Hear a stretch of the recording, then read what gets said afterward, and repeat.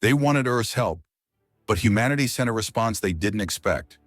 The emergency session of the Galactic Trade Federation had been called for the first time in 847 standard years. Representative Zixatal adjusted her environmental suit and looked around the vast assembly hall on Kepler Station, watching as delegates from 94 different species took their designated positions. The air hummed with translated conversations in dozens of languages, but the underlying tone was unmistakable: desperation.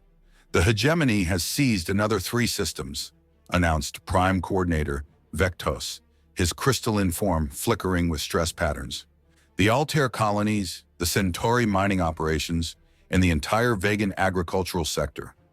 That brings their total conquest to 23 systems in the past standard year." The holographic display showed expanding red zones across the galaxy map like a spreading infection.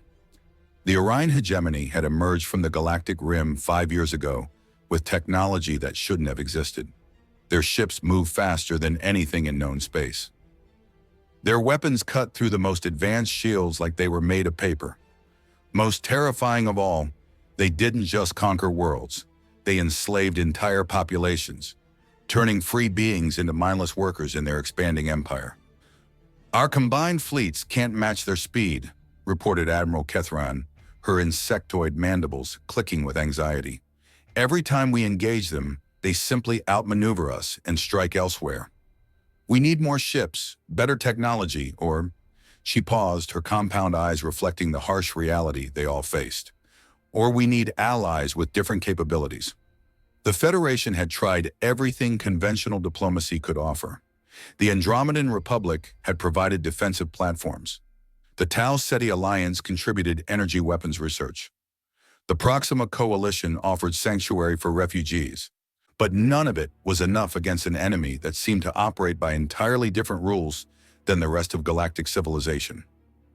"There is one option we haven't explored," said Zixatal, her tentacles writhing nervously. "The newcomers in the Sol system.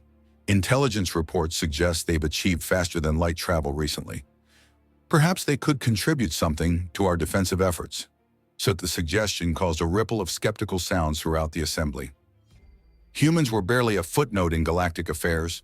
They'd only developed FTL capability 3 years ago and had made first contact with Federation scouts just 18 months prior. Their technology was primitive, their military negligible, and their entire civilization confined to a single star system. The idea that such a young species could help against the hegemony seemed almost laughable.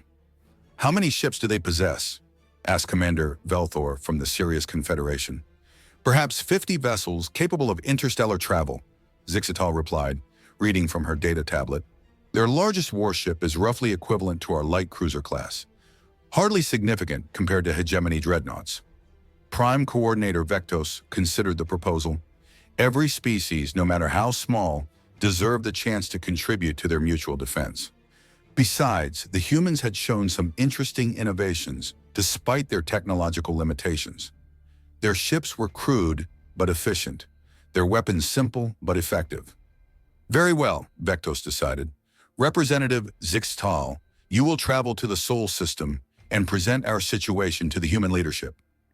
Even a few additional ships might tip the balance in a critical engagement. Every ally counts in our current circumstances. The journey to Earth took 4 days through hyperspace lanes." Zixatal used the time to study human culture and history, finding their development patterns both fascinating and disturbing. Humans had progressed from primitive agriculture to space travel in just a few thousand years, an impossibly rapid advancement that suggested either remarkable adaptability or dangerous instability. Their historical records showed continuous warfare spanning their entire recorded civilization. They had developed weapons capable of destroying their homeworld multiple times over before they'd even achieved spaceflight. Most troubling, they seemed to view conflict as a natural state of existence rather than something to be avoided. Earth appeared on her ship's view screen as a blue-green world, surrounded by an impressive array of orbital installations. The humans responded to her communication request immediately, directing her to land at a facility called the United Nations headquarters in Geneva. The efficiency of their response suggested a more organized civilization than she'd expected.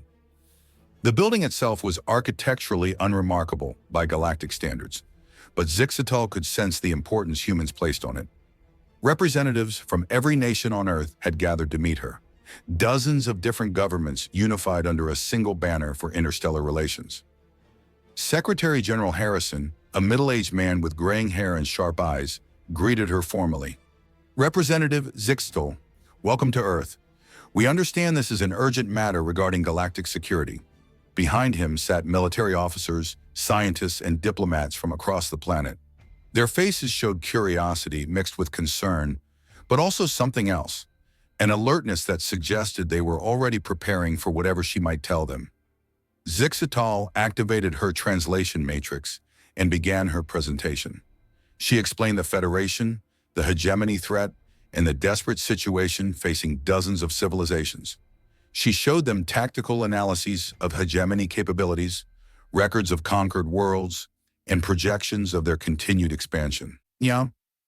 The humans listened in complete silence. Their expressions grew more serious with each detail, but she noticed something unusual. They weren't showing the fear or despair she'd seen in other species.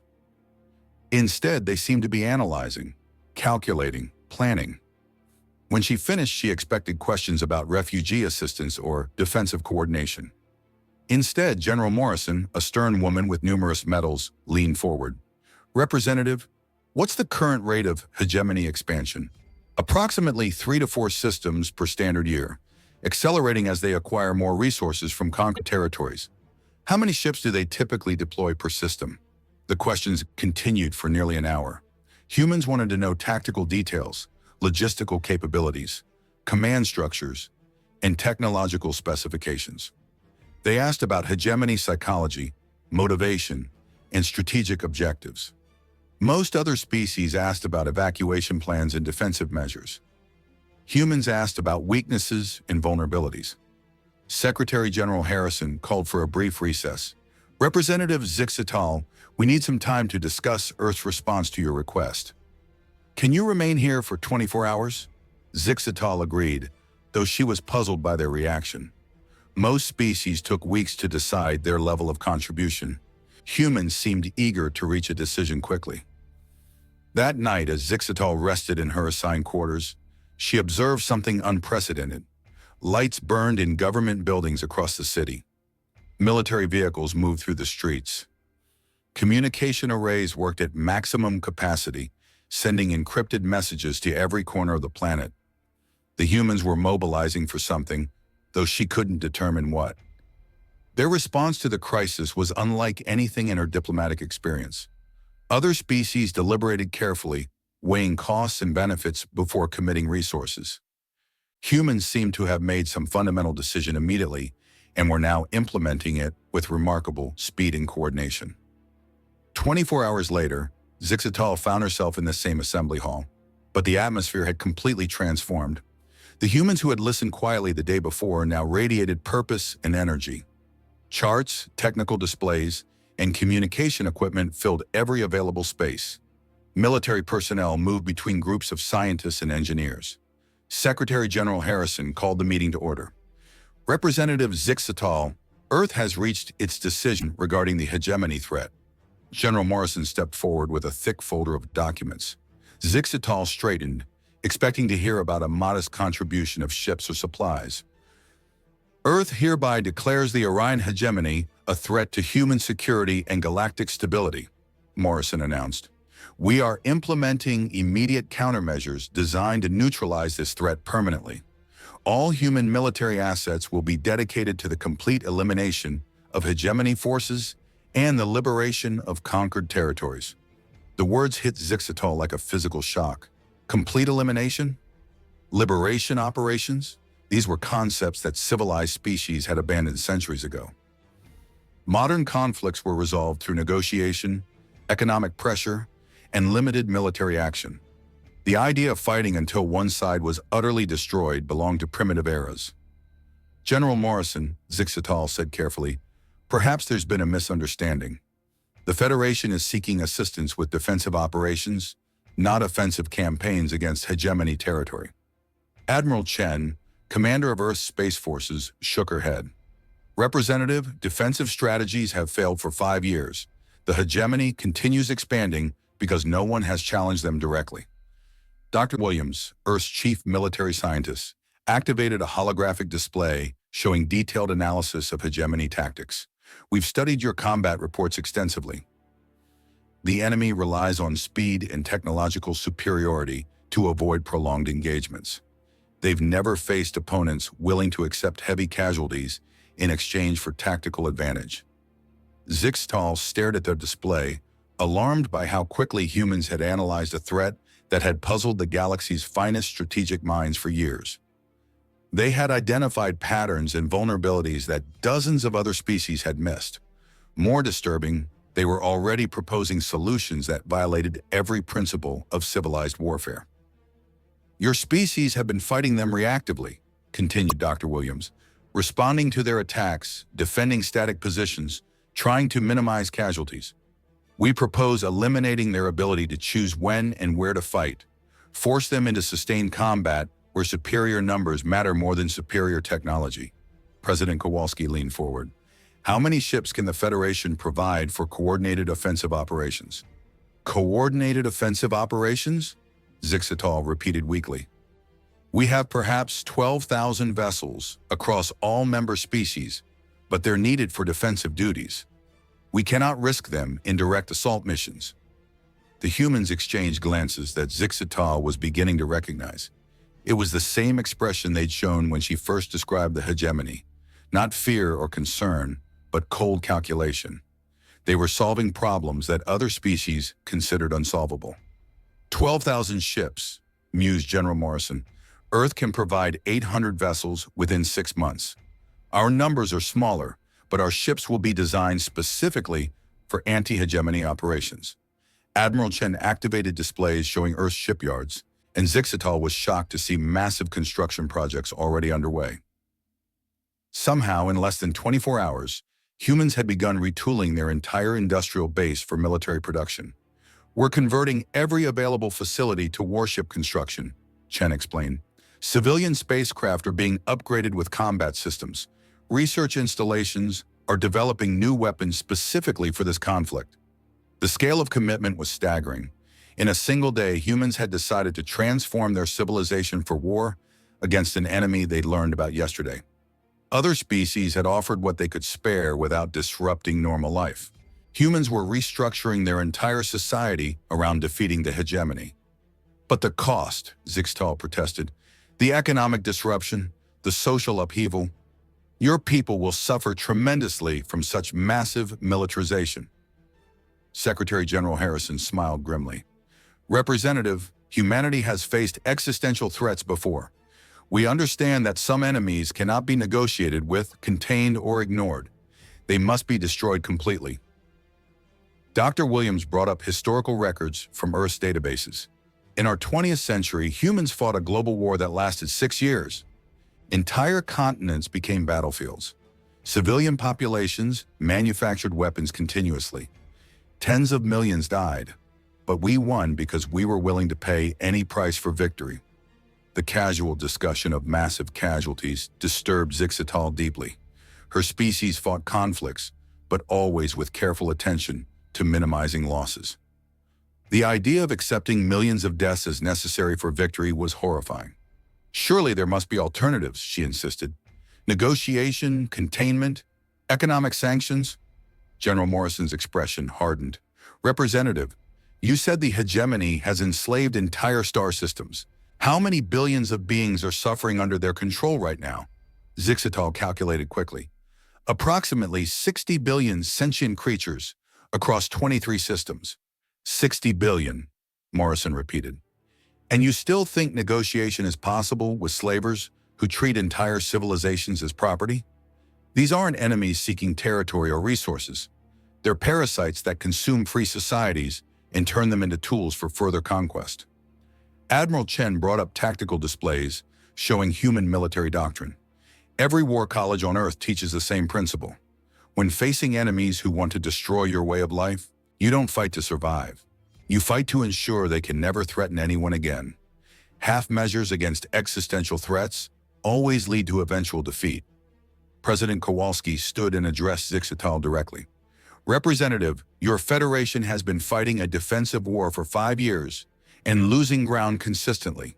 You came to Earth seeking support for more of the same failed strategy. We're offering you something different. Total victory. The room fell silent as Zixatal processed what she was hearing. Humans weren't offering to help with the war effort. They were offering to take control of it entirely, to escalate it beyond anything the galaxy had seen since the ancient wars of expansion. What exactly are you proposing? She asked quietly. Dr. Williams activated a new display showing the entire local galactic arm. Red zones marked hegemony territory, while blue arrows indicated proposed human fleet movements. Simultaneous strikes against every major hegemony installation. Not raids or defensive actions, but coordinated attacks designed to cripple their entire force structure within weeks. The casualties would be enormous, Zixatal whispered. Yes, agreed General Morrison matter-of-factly. We estimate human losses at 50% of committed forces. But the alternative is watching the hegemony consume the entire galaxy system by system. 50% losses in exchange for total victory is an acceptable trade. Zixatal realized she was witnessing something unprecedented in galactic history. A species that had learned about an existential threat 24 hours ago was already planning not just to fight it, but to annihilate it completely. They discussed massive casualties the way other species discuss supply logistics. I need to report back to the Federation Council, Zixatal said shakily. Of course, replied the Secretary General Harrison, but understand that Earth's mobilization continues regardless of your council's decision. We've identified the hegemony as a threat to human survival. That means they must be eliminated, with or without Federation support. As Zixatal prepared to leave Earth, she watched human society transforming before her eyes. Factories converted to weapons production. Universities redirected research toward military applications. Civilian volunteers trained for space combat operations. In 48 hours, humans had committed themselves completely to a war that would reshape galactic civilization. 6 months after Representative Zixatal's return to Federation space, the first joint human-alien operation began in the Rigel system. The hegemony had established a major fleet base there, using enslaved populations to construct warships for further expansion. Captain Mitchell commanded the human contingent, 40 ships crewed by volunteers who had trained exclusively for anti-hegemony operations. Alongside them flew 300 Federation vessels under Admiral Kethran, a veteran of dozens of defensive engagements against hegemony forces. The alien commander had agreed to this joint operation reluctantly, convinced that human recklessness would result in unnecessary casualties for minimal strategic gain. Human fleet, this is Admiral Kethran, came the transmission. We will follow standard engagement protocols. Approach at maximum range, target their patrol ships, and withdraw if resistance proves too strong. We cannot afford to lose vessels in a frontal assault. Captain Mitchell studied the tactical display showing the hegemony base. Massive construction facilities orbited Rigel 7, protected by defensive platforms and patrol fleets. Thousands of enslaved beings labored in the shipyards, building vessels for their own species' eventual conquest. The sight filled Mitchell with cold fury that had nothing to do with military strategy and everything to do with human morality. Admiral Kethran, this is Captain Mitchell. Human forces will not be following standard protocols. We're going directly for the shipyard facilities. Our objective is complete destruction of enemy construction capability and liberation of all enslaved personnel. The communication channel erupted with shocked responses from Federation captains. Direct assault on a fortified hegemony's position violated every principle of galactic warfare. The enemy always possessed superior technology and firepower, making frontal attacks suicidal. The only successful strategy was hit-and-run tactics designed to inflict minimal damage while avoiding decisive engagement. Captain Mitchell, that approach will result in massive casualties, Admiral Kethran warned. We should probe their defenses first, identify weaknesses, then plan a coordinated withdrawal if losses become unacceptable. Mitchell looked at his crew. Every person on the bridge was a volunteer who understood the mission's true purpose. They weren't here to probe defenses or conduct limit raids. They were here to free 60 billion enslaved beings regardless of the cost to themselves. All human ships, this is Mitchell. Execute liberation protocol. Target the construction facilities. Full attack speed on my mark. Commander Torres, commanding the destroyer Houston, acknowledged the order along with 39 other human captains. Federation observers watched in horror as human ships accelerated directly toward the planet's defensive grid.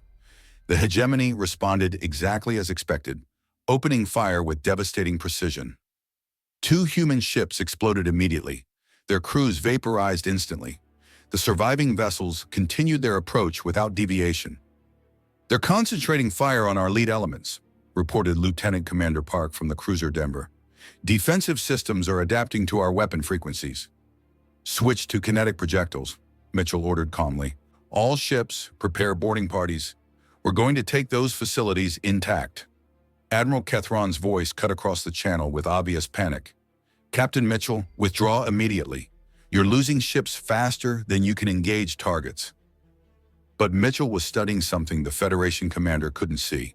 The hegemony was adapting to human weapons and tactics, but they were also concentrating their defenses to respond to the direct assault. Patrol fleets were moving to intercept the human attack, leaving gaps in their coverage of the orbital facilities. Human fleet, execute final approach. Boarding teams prepare for hostile environment operations. The remaining 37 human ships penetrated the defensive perimeter through sheer determination. Hegemony, fire destroyed 6 more vessels, but the survivors reached their targets. Captain Rodriguez, her ship badly damaged, rammed directly into a construction platform. Instead of exploding, her crew deployed emergency airlocks and began fighting their way through the facility. Commander Davis used his ship's failing systems to disable a slave transport, then led boarding parties to evacuate the prisoners inside. Lieutenant Blake, her destroyer crippled, managed to reach the main shipyard before her engines failed completely. Her crew abandoned ship and continued the mission on foot, using portable weapons to destroy critical systems while evacuating enslaved workers. In 30 minutes, the human fleet had been reduced to 12 operational vessels, but they had accomplished something the Federation had never achieved. They had liberated an entire hegemony facility. "Impossible," whispered Admiral Kethran as she watched construction platforms collapsing and transport ships fleeing with freed prisoners. "The casualties are catastrophic. How can they continue fighting?" Mitchell's ship, barely functional, coordinated the evacuation of nearly 50,000 liberated beings. His crew worked with desperate efficiency, converting cargo holds into temporary shelters and medical facilities. Admiral Kethran, primary objective achieved. Shipyard facilities destroyed, enslaved populations evacuated. Hegemony construction capability in the system eliminated. The Federation admiral stared at her instruments in disbelief. "Captain, you've lost 70% of your fleet. Your remaining ships are severely damaged. How do you call this a victory?" Dr. Williams, monitoring the battle from Earth's command center, provided the answer. "Admiral, we've disrupted hegemony expansion plans for this entire sector. The ships they were building here would have been used to attack 6 more systems." The mathematics were brutal but clear.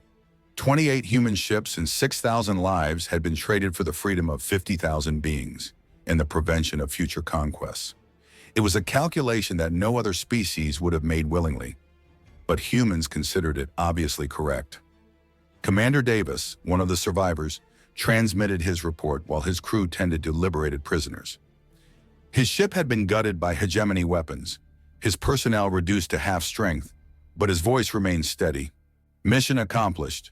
Requesting orders for next liberation target." Admiral Kethran realized she was witnessing something unprecedented. Human crews discussed their next mission while their ships burned around them. They showed no trauma from the massive losses, no hesitation about engaging the enemy again. They seemed genuinely eager to continue fighting despite everything they had endured. "Captain Mitchell," Kethran said slowly, "your people aren't fighting a war, are they? You're conducting a liberation campaign." Mitchell considered the question while his crew worked to repair critical systems. Around him, human technicians operated with calm efficiency despite the battle damage. "Nay, Admiral, humans have never been able to tolerate slavery in any form. We've fought civil wars to end it on our own planet. We've overthrown governments that practiced it. The idea that 60 billion beings are suffering under hegemony control is unacceptable to us. We will continue liberating them until none remain enslaved. The transmission ended as human ships began their journey back to Federation space with their rescued cargo. Behind them, the Rigel system shipyards burned, their destruction visible from orbit as expanding clouds of debris. Admiral Kethran filed her report with growing unease about humanity's methods. They had achieved a stunning victory against impossible odds, but their tactics violated every principle of civilized warfare. They fought with the intensity of ancient crusaders, but with the discipline of modern soldiers. They accepted casualties that would have broken other species, then immediately planned their next liberation mission. The galaxy had asked humans for support in fighting the hegemony. Instead, they had unleashed something far more dangerous. A species that treated liberation warfare as a moral imperative. The hegemony was learning to fear human tactics, but so were humanity's allies. Some threats were too terrible to negotiate with. They required total elimination. 2 years after the Battle of Rigel, Fleet Admiral Harrison stood aboard the command ship Liberator, studying tactical displays that showed the final phase of humanity's war against the Orion hegemony. Operation Breaking Chains would target every remaining hegemony installation simultaneously, freeing the last enslaved populations and eliminating the threat permanently. All fleet groups report ready for execution, announced Admiral Chen, now commanding Earth's Combined Liberation Forces. Strike teams have confirmed slave population locations. Evacuation ships are positioned for immediate rescue operations. We can begin simultaneous attacks across 47 systems in 6 hours. The scale was unprecedented in galactic history. Human forces would attack dozens of star systems simultaneously, fighting battles they couldn't reinforce or support. Each fleet group would operate independently with no possibility of retreat if missions went wrong. Representative Zixatal, now permanently stationed with the human fleet, studied the battle plans with familiar horror. Admiral Harrison, this strategy defies all military logic. You're dividing your forces against a superior enemy across impossible distances. If even one attack fails, the hegemony will adapt their defenses and make liberation operations impossible. Harrison looked at the alien diplomat with patient understanding. Representative, that's exactly why we're attacking everywhere simultaneously. The hegemony won't have time to adapt or coordinate responses. Every enslaved being in their territory will be free within 72 hours, or will have died trying. The human approach was breathtaking in its audacity and moral clarity. Instead of the careful, limited approach favored by other species, humans had chosen to liberate everyone at once. They would either achieve total victory or face complete annihilation with no middle ground possible. Dr. Williams activated resource allocation charts that made Zixatal's breathing apparatus flutter. We've converted Earth's entire economy to liberation operations. Every factory produces rescue ships or combat vessels. Every citizen contributes to the war effort. We've built over 3,000 ships specifically for breaking chains and trained nearly 800,000 personnel for liberation operations. The projected casualties range from 60 to 90% across different operational sectors. The losses will devastate human civilization, Zixatal protested. Even if you succeed, your species may never recover from such sacrifice. You're risking everything for beings you've never even met. Admiral Chen turned from her displays to address the representative directly. Ma'am, with respect, freedom isn't negotiable. Every being in hegemony territory deserves liberation, regardless of the cost to ourselves. That's not sacrifice. That's basic morality. Captain Foster, now commanding the largest liberation fleet, joined via holographic link. Representative, my daughter asked me why we're fighting this war. I told her that some things are worth dying for, but freedom is worth living for. We're not just liberating slaves. We're proving that slavery can never triumph permanently in this galaxy. The philosophy behind human warfare continued to baffle galactic observers. Other species fought to preserve their territory and resources. Humans fought to impose their moral standards on the universe itself. It was the difference between self-defense and righteous crusade. All fleet commanders, report status. Harrison ordered. One by one, human officers reported from across the galaxy. Admiral Rodriguez commanded 400 ships targeting the core hegemony worlds. Commander Park led 300 vessels toward the outlying slave colonies. Captain Mitchell, recovered from his injuries at Rigel, prepared to assault the heavily defended capital system with just 200 ships. Each commander acknowledged their orders with the same calm determination that had characterized human operations throughout the war. They showed no fear of impossible odds, no hesitation about missions that would likely cost them everything. They had calculated the moral mathematics and found the equation balanced. Final equipment check complete, reported Dr. Williams.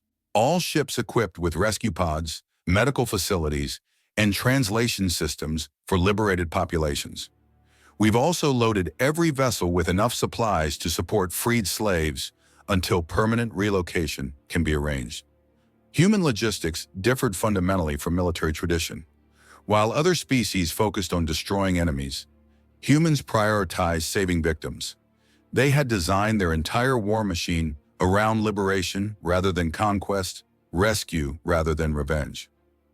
Operation Breaking Chains commences in 60 seconds, Harrison announced. All fleet commanders, remember your primary objectives. Complete liberation of all enslaved populations. No being remains in hegemony control. No slave dies unavenged. No tyrant survives to threaten freedom again. Representative Zixatal watched the countdown with fascination and terror. In less than 1 minute, humans would either liberate 60 billion beings or destroy themselves in the attempt. There would be no partial success, no negotiated settlement, no strategic compromise. 10 seconds, Harrison counted down. 5, 4, 3, 2, 1. Execute Operation Breaking Chains. Across the galaxy, human fleets engaged hegemony forces simultaneously. The attacks shared the same ruthless philosophy: accept any losses necessary, rescue every possible victim, and eliminate the threat permanently. Admiral Rodriguez's fleet struck the core worlds using massive evacuation ships, protected by suicide squadrons. Commander Park led rescue operations that turned damaged vessels into temporary shelters for freed slaves. Captain Mitchell used liberation tactics that prioritized prisoner safety over tactical advantage. The battles raged for 4 days. Human casualties mounted into the hundreds of thousands as fleet after fleet sacrificed themselves to break slave chains and destroy hegemony installations. But the strategy worked perfectly. The slavers, forced to fight on dozens of fronts while protecting their human property, couldn't maintain control. On the 5th day, the last hegemony facility surrendered rather than see their remaining slaves die in crossfire. The empire that had terrorized the galaxy for 7 years was completely extinct. Humanity had achieved total liberation through total commitment, paying a price other species considered insane for a victory they considered inevitable. Fleet Admiral Harrison stood in the same command center where the operation had begun, now studying rescue reports instead of tactical displays. Of the 3,000 ships that had participated in breaking chains, fewer than 400 remained operational.